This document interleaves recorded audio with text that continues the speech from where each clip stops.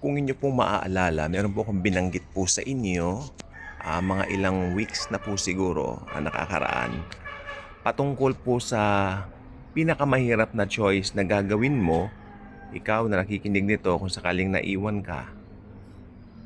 The very hard, alam niyo, the Antichrist will sa kanya, yes, siyempre papatet, he can remove that easily in a second dahil very high-tech, no? Pero kung sakali naman napanood niyo to, no? O mas ngayon church age na panood ninyo to, let me tell you, mangyayari po kasi sa tribulation, parang magpapakita po rito ng parang tatakamin kayo eh. Tatakamin ka eh. Bawa, ikaw ay naging mananampalataya during the tribulation. Siyempre, hawak mo ang Biblia. Tandaan po ninyo, during the tribulation, iba na ang dispensation. Ito na po yung dispensation na may kahalo na po yung works, yung in order po ito. Silang mga pinugutan ng ulo dahil kay Hesus Kristo. Ayun. May clue na kayo doon. Ano yung ibig ko sabihin? Ngayon, ganito po yon. Halimbawa, nagdesisyon ka kay Christ.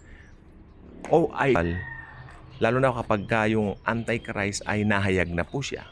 Kasi after 3.5 years, naniniwala po ang maraming Bible scholar, mamamatay itong Antichrist. Literal siyang mamamatay. And after 3.5 days, gayang-gaya po niya si Jesus eh. Imimimik niya. Maraming Bible scholars truly believe he will mimic Jesus Christ in everything and in every way. Yung edad ni Jesus, gagayahin niya. No? Lalabas ang Antikristo, marami nagsasabing Bible scholar nito, lalabas ang Antichrist sa edad na 30. Then after 3.5 years, that Antichrist would be 33 years and a half, di ba? So, doon mangyayari 'yon. Pupunta po siya sa templo, itatanghal niya ang kanyang sarili, sasabihin niya, siya ang Diyos. Okay? Nakikita po ba ninyo yung pattern? Di po ba? So, pero bago niya gawin yung pag-akit niya sa templo, ganito pong mangyayari, maraming naniniwala po, mamamatay itong Antikristo. Mimik na mimik, gayang-gaya si Jesus.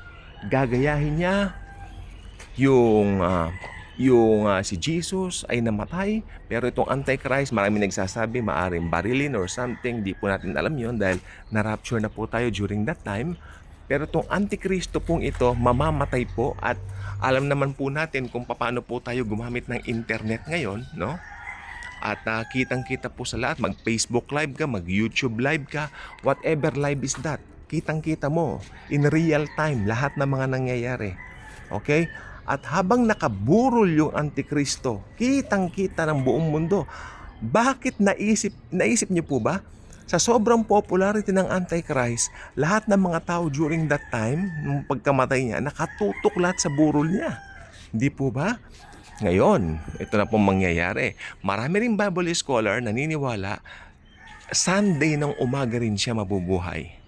Gayang-gaya si Jesus Christ. No? Sunday morning, madaling araw, habang nakatutok ang mga tao dito sa Facebook Live, YouTube Live, biglang babangon ng Antikristo. Ito na po yung halimaw. Babangon po siya and mula doon, didiretso po siya sa third temple, itatanghal ang sariling Diyos. Dahil namangha yung mga tao, bumangon siya.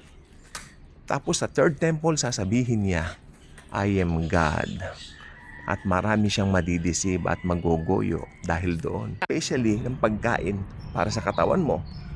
Dahil kailangan natin kumain ng 3 beses sa isang araw para tayo ay makasurvive. Tama po ba? Alam niyo po yung nangyari ng COVID-19 na pandemya at 6 years ago? Yan po ay malaking patikim ng tribulation. Naalala ko po dati, nadaan kami rito sa SM Mega Mall, nag-shopping kami. Kasi di ba allowed kaming bumili SM Mega Mall? Eh di sige. Alam niyo po ba, ang hirap. Halos hapon na kami nakaalis nung nakabili po kami. At ang linya, ang hirap po talaga. Pero nakakabili pa rin kami. Nakakabili pa rin tayo. Di po ba? Pero nandun na po yung sagabal. I mean, meron na pong hindi normal. Meron na pong